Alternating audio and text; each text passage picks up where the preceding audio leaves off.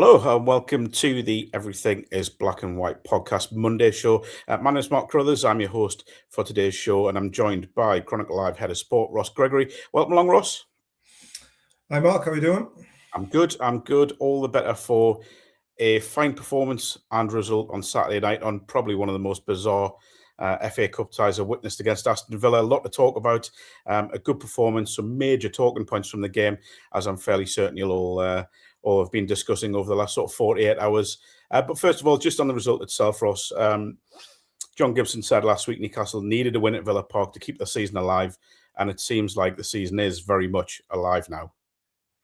Yeah, look, it's been a funny season, hasn't it? Let's be honest. It's been a roller coaster of emotions and a roller coaster of results.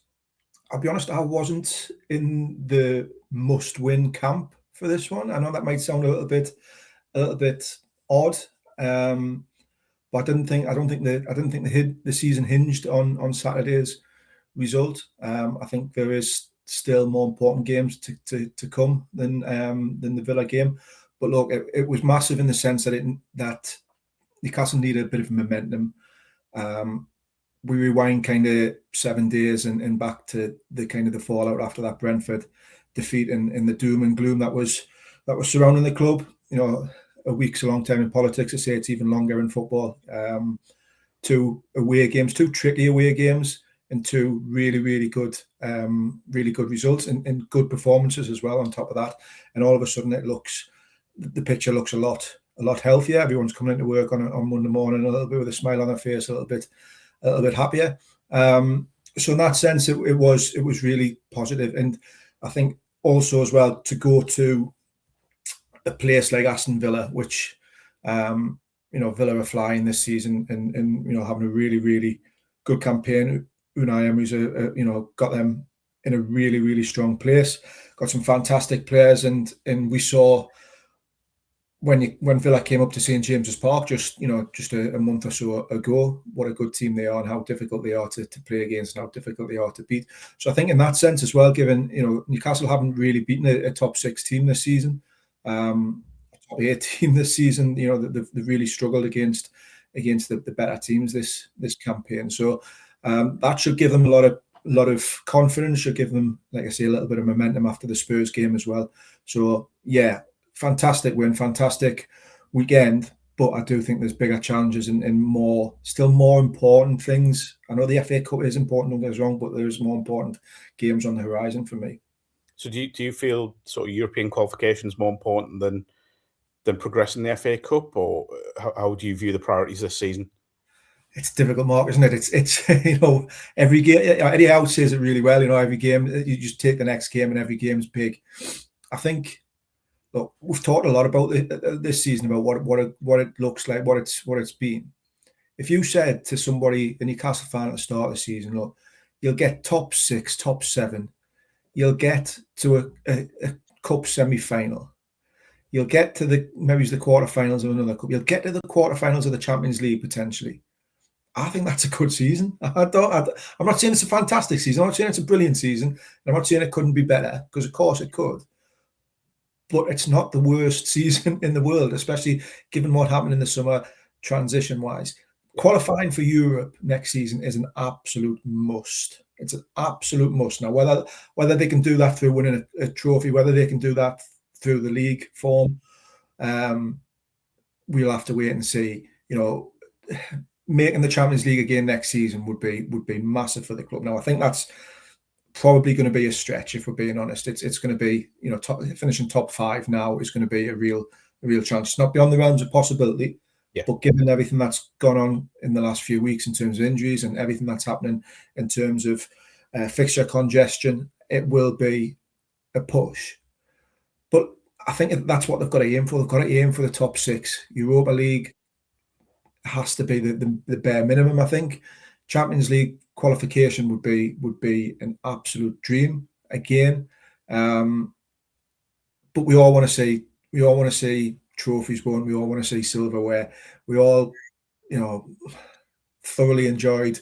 That's probably an understatement. We were all ecstatic this time last year. When with the Carabao Cup win, and making history and making those memories. So I'm not downplaying the FA Cup. I think it's still really important for the season, but I just do think that there's other challenges ahead as well. Read your piece, was it last Sunday or Monday on Chronicle Live, about cool heads were needed when it came to Eddie Howe's future from PIF and the other parts of the ownership group. Brilliant piece. It still will be on there if you want to go and have a look on Chronicle Live. Brilliant piece. Is stretching it maybe is a little bit more. Look, just take the praise. All right, there's no need to be no need to be like that. I know what you like, really. But yeah, in terms of Eddie Howe, I feel as if Tottenham and Villa away could have. I mean, if those two games went against Newcastle, that talk would have only increased from, I think, what we would say is a minority to something a bit bigger. The noise would have grown around his future. For Eddie personally, the win at Tottenham in the league, and certainly Saturday's win against Villa, and the fact it keeps silverware dreams alive, felt huge for him, I thought. Yeah, I would agree to an extent. I think the noise is the noise, and I don't think the two wins it will have actually, they won't have silenced long term his critics or the critics that he's got long term. I think there's a group, however big it may be, minority, majority, whatever it may be, that have made their mind up now on Eddie Howe, I think, and think that he's not the right man to take Newcastle onto that next level. And I don't think a win at an absolutely woeful Tottenham team will have changed their minds. And I don't think the win on Saturday against Villa, even though it was a really good win, will have changed their minds. I think what it does do, it pushes the conversation away for a little bit, and gives him some breathing space and gives him certainly a boost. I don't think personally, if they'd lost or they'd drawn against Spurs or went out on Saturday, I don't think it would have changed the narrative in terms of PIF and the Newcastle owners and a lot of the fans in terms of their thoughts and stance around Eddie Howe. And I don't think it would have changed his view on whether he was the right man to do the job, which we saw him talk about this time last week in his press conference. Really interesting comments there, really interesting quotes from him in terms of his future. So I think it's been a huge week in the sense that it's given everybody a boost. It's given the squad a boost. It's given Eddie Howe a boost. It's given the fans a real lift. And that, as I said earlier, momentum is massive in football. We can hopefully take that into Qarabag, take that into the league form. There's still some really tough games coming up. So it's quieting it down a little bit. There's not been I must admit, my social media feeds haven't been as frenzied with how out talk. Some of the usual suspects have been a little bit quiet, which is great. I think there's been a lot of nonsense said and written, in my opinion. I think Eddie Howe is a fantastic manager, not just a fantastic manager, but the fantastic manager for Newcastle United. He buys into the community, buys into what the club's all about. The work and the effort that he does. He's not just here because it's a job. It's not just a job for him. It's more than that. And I wrote in a piece, and another piece, I think, well, it might be the same one that you're talking about, Mark. I can't remember, but I didn't want Newcastle to become a Spurs. I don't want that. I don't want Newcastle to become a Spurs or a Chelsea. I'm not saying that there's nothing wrong with changing a manager and being ambitious and pushing and trying new things. But you've got to understand what is Newcastle as a club. What is the aims and the realistic aims and ambitions this season, and as a club full time. Unless you're going to bring in Pep Guardiola potentially, is he going to be able to do more with the squad that they've got? That's not me giving Eddie Howe a free pass. I think there could be improvements. I think that there's much more to come, and this season hasn't been perfect. But Newcastle got the 8th biggest wage bill in the country. They haven't got the 3rd biggest. They haven't got the 2nd biggest. They're overperforming. He's overperformed over the last few years, and he'll continue to overperform, I think. Yeah. So I don't. Go back to the original point, Mark. Yeah, the noise is quieting down this week, and that's fantastic. And hopefully, it's given everybody a boost. But long term, that's football, isn't it? You've got to keep winning games, otherwise the pressure grows again. really, really want to talk about Saturday's cup tie without referencing the match officials, because we both see football at a lot of levels, and it is a difficult job no matter what the level. To do it at the very top level in front of millions of watching, in front of tens of thousands in the stadium, is difficult. But I find it really hard not to discuss Saturday's game without discussing Chris Kavanagh's performance and his officials, his referees' assistants and fourth officials and everything. Starting from very early when Villa took the lead with that Tammy Abraham goal. For me, people are saying it's close to being offside. Close to being offside was Joe Willock at Tottenham days earlier.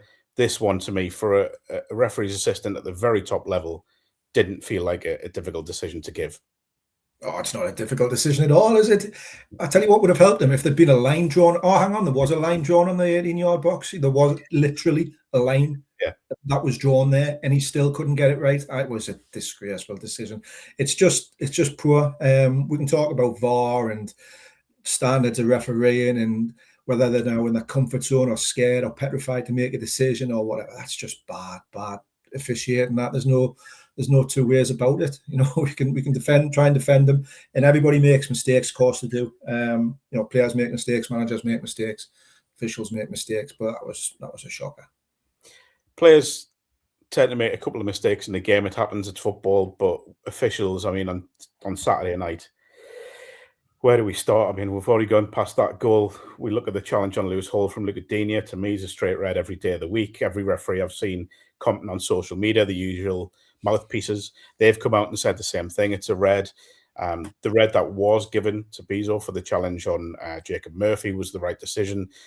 The strange one with the Digne one was, and maybe this is me not being a match official, and I know you're not, but that to me was straight red straight away. I never looked at that and thought, oh, that could be yellow. I can see why he's going to give that. My instant reaction was straight red, and I was shocked when it wasn't given. Yeah, I mean, it happens quickly, doesn't it? It does happen. It does, you know, it does happen really, really, really quickly. But I was the same as you. As soon as it got, you think it just looked wrong. It looked high. It looked dangerous. It looked reckless. The word that keeps getting used is reckless, and that was reckless. I think VR would have ruled that as a red. I think. I mean, I've heard some people say they would have stayed with the referee's on-field decision, which seems to be more of a thing these days, going into the kind of it almost feels like it's going into the cricket umpire, and you know, looking at the on-field decision, you can stick with your on-field decision. It just looked like a red initially straight away. It was high, it was dangerous, it was reckless, it was quick. Like I say, look, referees have a difficult job, and I try not to criticize them too much, whatever the level that is. You know, whether that's, you know, in non-league football, which we both watch a lot of. You know, you look and think, well, the referee's at this level because he's at this level for a reason, and he's not going to get every decision right. This feels slightly different because these should be elite match officials. They are elite match officials, the best that we have in this country. And to go back what you were saying before, there was probably 5 big decisions in this game, and I think they got one right. Yeah, right out of 5. Yeah, might as well go on to that one now. Bezo obviously being sent off. Sorry for that challenge on Jacob Murphy. A lot of talk about why it was given the red. Some people believing it was for denial of a goal scoring opportunity. However, I thought the challenge itself was pretty reckless. It was a high challenge. I suspect that's why the red was given, because there were 2 Villa defenders making their way back towards the goal, along with 2 Newcastle players. But I do wonder if that was given for a high challenge, because it felt that way to me. I think, I mean, firstly, I was surprised when I saw the red card, given what had gone on beforehand. I wouldn't have been surprised in the slightest if it had been a yellow. It's a good point, Mark. What was that red card given for? And that brings us on to another kind of point, is the lack of transparency, the lack of communication around these things. So you can talk about managers making mistakes and players making mistakes in games. They've got to come out and defend themselves. They've got to speak to the media afterwards. They've got to hold press conferences. They get quizzed by the likes of you and I and other journalists, and they've got to be held accountable. have we heard from Chris Kavanagh or his officials? No, we won't, and will we? We won't. We absolutely won't. So what was that? What was that red card for? I don't know. Your guess is as good as mine. I would probably go the other way, and I think it was probably more the denial of a goal scoring opportunity. But you know, we'll put my fingers in the air and just guessing here. We are. I did see an interesting conversation going on with someone from the BBC, commentator from the BBC on Twitter yesterday, and various members of the media about what you've just said there. You know, referees coming out and speaking to the press, speaking to Sky or BBC, whoever the rights holders are for the games, and they said, "Well, what would Kavanagh have said?" So we'll move on to the second half. The penalty that wasn't given for the handball by Digne, just couldn't stay out of the action, could he? Again, first sight, I thought was a penalty. The replays clearly showed it should have been a penalty for handball. But the comments that were made about the officials coming out was, well, what do you want Kavanagh to say?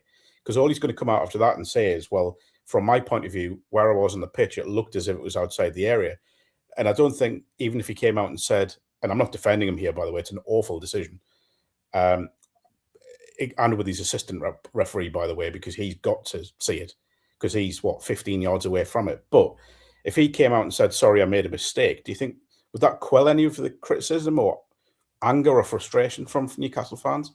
I think, do you know what it is? I think it would. I think it would show the human side to it and just say, look, hands up, I made a mistake. It happens. It shouldn't have happened, but it did. This was my thought process behind it. This was the communication that I had with my assistant, who was well placed. This is where I was. But look, hands up, I got it wrong. And I think people would respect that a lot more. It would, it wouldn't change the decision. Of course it wouldn't, but it gives, I think you have to have I think there has to be some communication and some transparency around the decision-making process. What's going on? What's the thought process going on through their head? What are the things that they have to consider? And the more that they communicate, the more the general fan sat at home or sat in the stadium will understand and will sympathise or empathise a bit more with him and go, actually, yeah, it was a shocker, but I can see what he's saying. He didn't quite have the right line of sight. He spoke to his official who had one eye on that on where Digne was, but was also looking across the line at the offside or whatever. And it just opens up some lines of communication and makes them more human, I think, but also be part of the process, part of the game, rather than this figure who is just there to make lives a misery for fans. That's not what they're there for fans or players. They're there as part of the game. Let's include them. They should be included a lot more in the whole narrative around it. There were at least two other credible penalty shots from Newcastle that weren't given, but I think, as you said, given what went on in the game, just a frustrating day, a poor day for the officials. I think it'd be nice. I'm not sure it would quell any frustration, but if PGMOL or the FA were to come out and say something, yes, poor performance, these happened, blah blah blah, I don't really know what could be said to quell it. But anyway, we've spent far too much time on the officials and those frustrations. Eddie Howe, obviously we knew he'd make a number of changes to his side, coping with the amount of games Newcastle have got and the number of competitions Newcastle have got. The likes of Pope, Botman, Willock, Alanga dropping out the side. We know about Bruno's injury. Ramsdale, Hall, Voldemort, Asula, Murphy and Tonali recalled into the side. We knew the Ramsdale one would happen because he's played in cup competitions, but Voldemort playing in his preferred number 10 position, or what we believe is his number 10 position, and Asula recalled as well was a really interesting call because we haven't really seen enough of Will Asula. No, we haven't. I've done an opinion piece for today, actually, on Will Asula. It's written. It's ready to go at some point. This afternoon. We haven't seen enough of Will Asula. Obviously, he's been injured. He's had that ankle injury, which has kept him out for kind of best part of 3 months. And it's been good to see him back. Newcastle need as many bodies as they can at the minute. And it kind of, they've gone through a spell where they were light on striker options, and all of a sudden now they're quite strong in striker options. Anthony Gordon played through the middle against Spurs, and I think he'll probably play in that position again on Wednesday night against Qarabag. And we know Anthony Gordon likes that position. I think he prefers it rather than being out wide these days. Johan Wissa's obviously picked up a knock in training and will be a doubt now.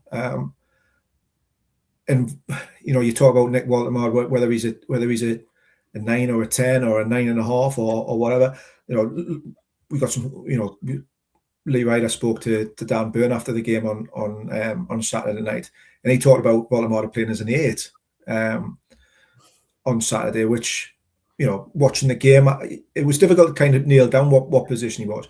He's not an out-and-out 9, we know that, and it doesn't work for Newcastle in Eddie Howe's preferred style of play. What Asula does is he gives energy, he gives pace, he harries defenders, he presses, he leads that press from the front, and I thought he did that really, really well in the first half against Villa. He didn't give the keeper a moment's peace. He didn't really give the two centre halves moment's peace. He was busy, he was energetic, a bit like what Gordon does when Gordon plays through that, what Isak did last season. High press, high energy, and it was good for Newcastle in terms of the way that they want to set up. The flip side is that I thought the rest of his game was pretty average, if I'm being honest. I thought it was poor. I thought, I think he had 9 touches throughout the kind of 62, 63 minutes that he was on the pitch. He had 1 shot which went out for a throw in. His link-up play wasn't great. He had that little ball through to Harvey Barnes in the first half, which was decent, but the rest of his play wasn't great. Now look, he's young, he's rusty, he's had best part of 3 months out, like I said. So there's hopefully more to come from him. Whether he's, and this is the piece that I've written, whether he's I'm giving it all away, nobody's going to read it now, as if they would anyhow. But the point I've made in the piece is what is his role going to be now between now and the end of the season? Is it going to be a starter when Wissa or Gordon aren't fit, or is he best still used as this kind of impact sub? He brings chaos, he brings a bit of pace and energy in the closing stages. We've seen it as used this season as a sub, an impact sub to really good effect. I don't think he took his chance in terms of nailing himself or giving Eddie Howe a real thought about a real dilemma about whether he should be starting him on Wednesday. But he does have attributes that suit Newcastle style of play. Kind of reminds me of, and I've said this on here before, but kind of reminds me a bit of Lamona Luala when he was in Newcastle under Bobby Robson, where he'd come on as an impact sub and he'd have that energy, but for most part of his career, very little output. There's that sort of comparison, but I think this is a big thing with Asula. Is he really going to be that? Yes, we'll start him. Is he going to be that guaranteed goal, or is he just going to be this use of energy, this enthusiasm? Which, let's be honest, you could use several players in the squad for that. I mean, you could probably put Sean Neve on, and he would do something similar and be that press, that enthusiasm, that energy. There has to be end product, and that's going to be the challenge for Asula going forward. Yeah, absolutely. And look, he never looked like he was going to score on Saturday. He never looked like he was going to score. And a lot of the games that he started for Newcastle, he hasn't started a lot, but a lot of the matches that he has started, he hasn't looked like he's going to score, if we're being honest. He looks better coming off the bench when the games are a bit stretched or when Newcastle need a little bit of energy or whatever. Look, he's still young. He hasn't played a lot of football. He's 22. It's young in many ways. It's not in other ways. But he hasn't played a lot of football. I'll be honest, I'm not convinced that his long-term future lies at Newcastle. I think in the summer there might be a move away. He came very close, obviously, last August window to leaving the club. But he's certainly got attributes that Newcastle will need and will rely on between now and the end of the season. On Waltemar, again, whether he's an 8, 9, 10, whatever, 8.75, 9.25, I don't know. But I thought he looked a little bit more calm and relaxed in that role, a little bit deeper. And the biggest thing was getting that goal, wasn't it? Let's be honest. No matter how it came about, it was fortunate, let's be honest. The Villa defender with a last-minute challenge, that last-ditch challenge, that the ball was deflected off Waltemar and gone in. But and I think it was Alan Shearer said after the game, you'll take it as a striker. You take it no matter how, if he is a striker, you take it no matter how it comes. it felt like a big day for him as well to put in a decent performance in the 10 in his preferred role and to get a goal after so long without one. You just hope now he can kick on from that. Oh yeah, look, without a shadow of a doubt, it's huge from. It's absolutely massive from after what 18 games or whatever it is without a goal. It's a massive moment for him. It'll give him confidence. It'll just, again, just as we talked about earlier on, quieten the noise down a little bit around him, hopefully as well. And however it goes in, it doesn't matter as long as it ends up in the back of the net. He's an interesting one, Voldemort. He's really, really interesting. Newcastle have got a proper player on their hands here.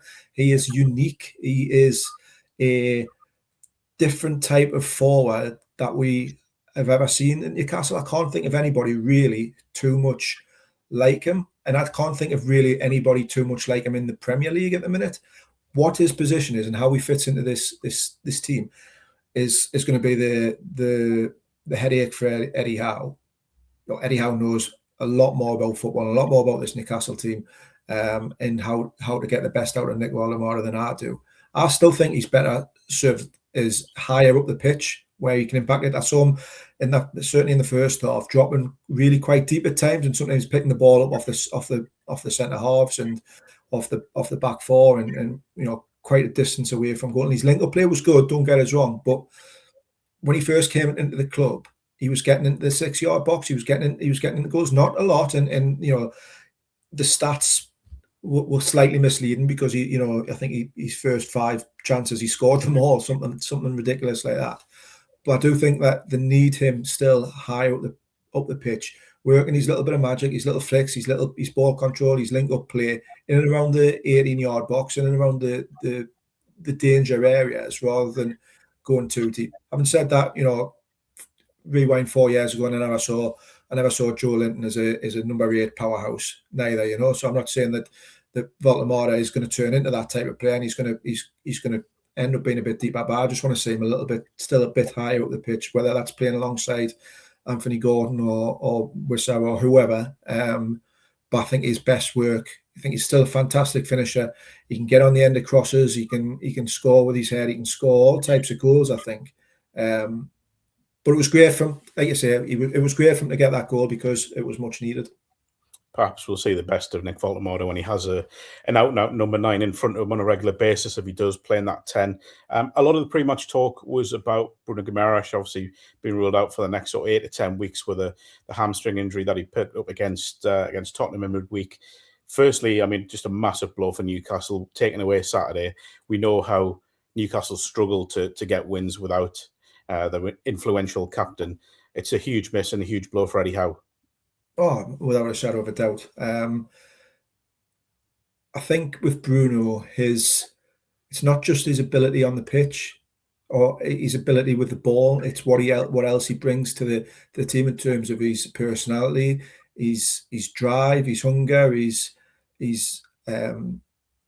ability to bring others along with him and kind of be that inspirational figure. There was a lot of people, myself included, who, when he was given the captain's armband a couple of seasons ago, ahead of Kieran Trippier, questioned that move by Eddie Howe. Yeah, nobody's questioning it now. Nobody's got any doubts at all about why he's got that captain's armband, because it's not just about him being the best player on the pitch. It's about him being that leader in the change rooms, that leader in the dressing rooms. And now he's, I think, he's flown off to Brazil now with his family, and he's going to do a little bit of his rehab over there. So he's not going to be in and around the squad, and the change rooms and around on match days and things like that. So that he'll be a miss in that sense, outside of just the absolute quality that he brings on the pitch. Newcastle need to find players who will step up and fill that gap, and I'm sure we'll come on to Sandro Tonali very soon.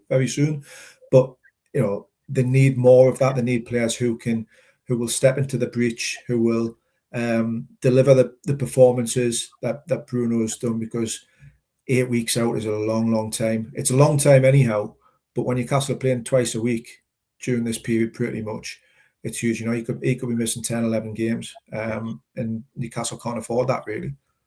Before we go on, I will say a big thanks to our sponsors, NordVPN. Hit the link in the podcast description box to get a discounted offer on your NordVPN plan.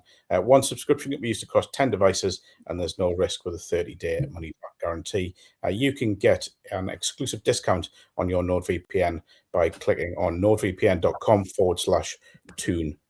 Yes, next up, Sandro Tonali. Nicely worked in there. I think it's safe to say Sandro Tonali's hit nowhere near the heights expected of him because of his unquestionable ability, because of the impact he made following his return from his lengthy ban. He hasn't hit the heights this season at all, really. But it couldn't have been better timed to put in his performance of the season, to get his first goals of the season. That in the wake of that, injury news about Bruno Guimarães, Saturday felt well timed for him, for Newcastle United as a whole. Yeah, perfect timing. Cometh the hour, cometh the man, as they say.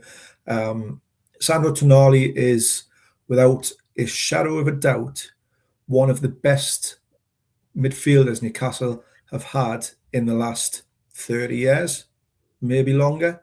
I watched my first match in '84. I'm not trying to give away how old I am, because I look a lot younger than what I am, but I was 88, I'll say that, so I'm not far behind you.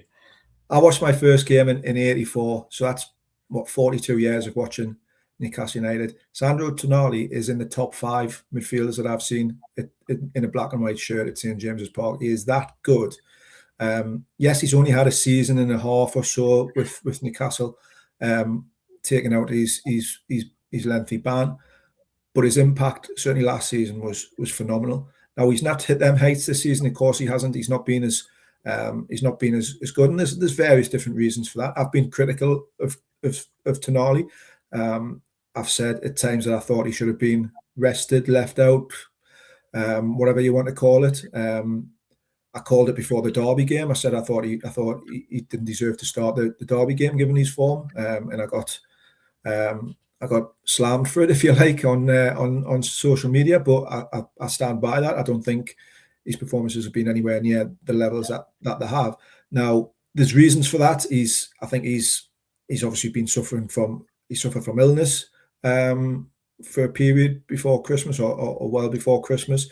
He's got a new family. He's got various different things. And look, players are human.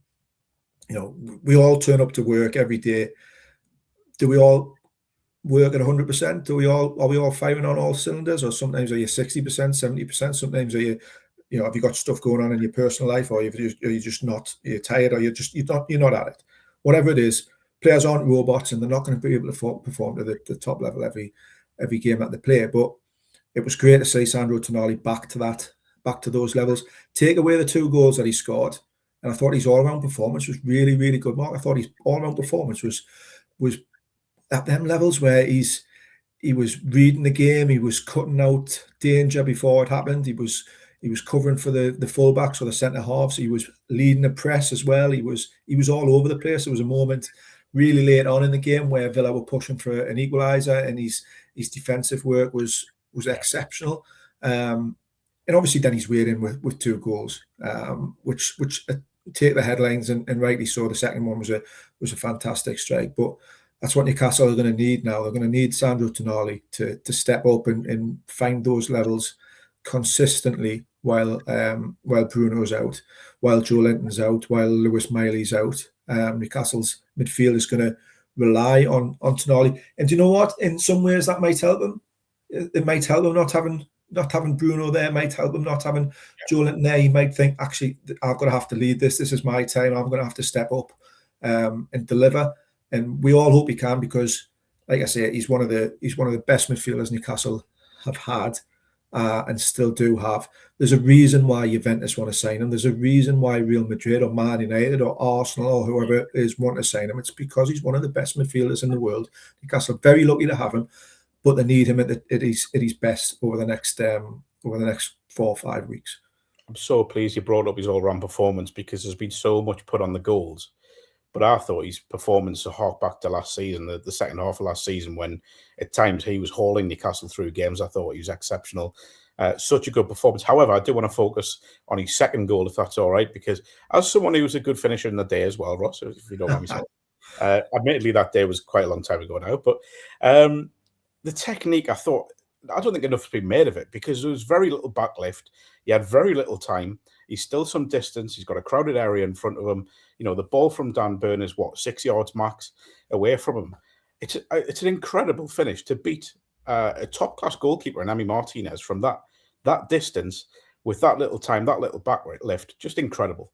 Oh, it's brilliant. And what I love about goals like that as well is that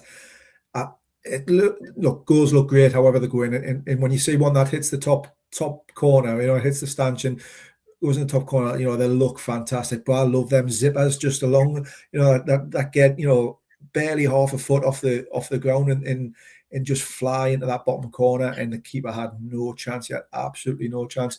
It was a fantastic finish. The technique to hit a ball like that with the pace and the accuracy is outstanding. It was a really, really good goal, and because it didn't go in the top corner, it probably won't get the nominations for goal of the month or goal of the season or whatever that it perhaps should.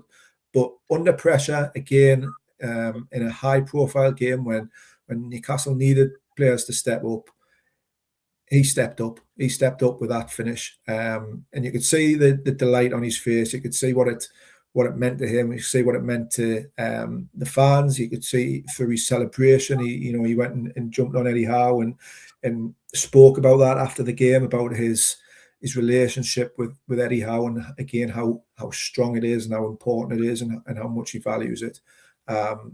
Which was good to hear after all the noise really after deadline day, after the transfer window closed and what's happened over the last couple of weeks, for him to come out and speak about that, but also just deliver through his actions. It's not just about words; it's about your performances and your actions. And he showed his class and his commitment to the club with that performance on Saturday night.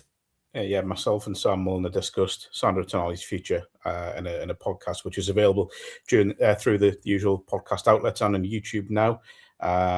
After all that bluster that came out via his agent and certain sections of the media. Looking ahead, Newcastle are in the fifth round draw now into the last 16. Some big clubs already in there. But you get the feeling, so that draw takes place on Monday night. We're recording this on Monday morning. You get the feeling that nobody will want to face Newcastle. Absolutely not. Absolutely not. And Newcastle have shown over the last 2, 3, 4 years what a really strong cup team they are. Now they're a strong team in the Premier League as well, don't get us wrong, but Newcastle don't lose many cup games, or they're certainly very, very competitive in them one-off games, in them one-off cup games. 2 Carabao Cup finals, a quarter final in the FA Cup a couple of seasons ago or last season. The progress they've made in the Champions League this season, semi-final of another Carabao Cup. Newcastle are a really strong force in knockout competitions. Nobody will want to face them. That's for sure. And they've shown they've gone to the third best team in the country in Villa, who admittedly made some changes, but Newcastle were hardly at full strength themselves, as you highlighted earlier, made a lot of changes. So Newcastle, they'll want a home draw, obviously. I think we always want a home draw, but they've gone to the third best team in the country and won. They won't really fear going anywhere, I don't think. So bring it on. Absolutely bring it on. Next for Newcastle is that tie at Qarabag, that Champions League playoff round tie. A long trip ahead. We've seemed to constantly talk about Eddie Howe's team selection, squad selection, but I just look at the bench on Saturday against Villa, and you look at the unused subs, in particular Nick Pope. I'd imagine will come back in for Ramsdale, but the unused subs, you had John Ruddy, Leo Shaha, Park Sung-soo, and Sean Neve. Obviously, Alex Murphy came off the bench. I'm not going to say they're down to bare bones, because they're not. You look at the players that did come on in terms of Anthony Elanga, Anthony Gordon, Joe Willock. There is options there. But Eddie Howe, at the moment, as we await the return of the likes of Lewis Miley and, there's a couple of others getting close. Joe Linton's getting close as well. Sven Botman should hopefully come back in soon. There are very few options, but in some ways, does that make his team selection a little bit easier? We talked about this at the weekend when we do the panel piece ahead of Saturday's game, where we all kind of put our predicted 11s in and think what we can do. And in many ways, you're right. It makes things a little bit easier, the lack of options. But he showed on Saturday it's very difficult to read. Anyhow, I didn't have Willisula starting. I'll be honest. To be honest, I didn't even think Ramsdale would start. I know he's played the cup games, but I thought Nick Pope would have stayed in.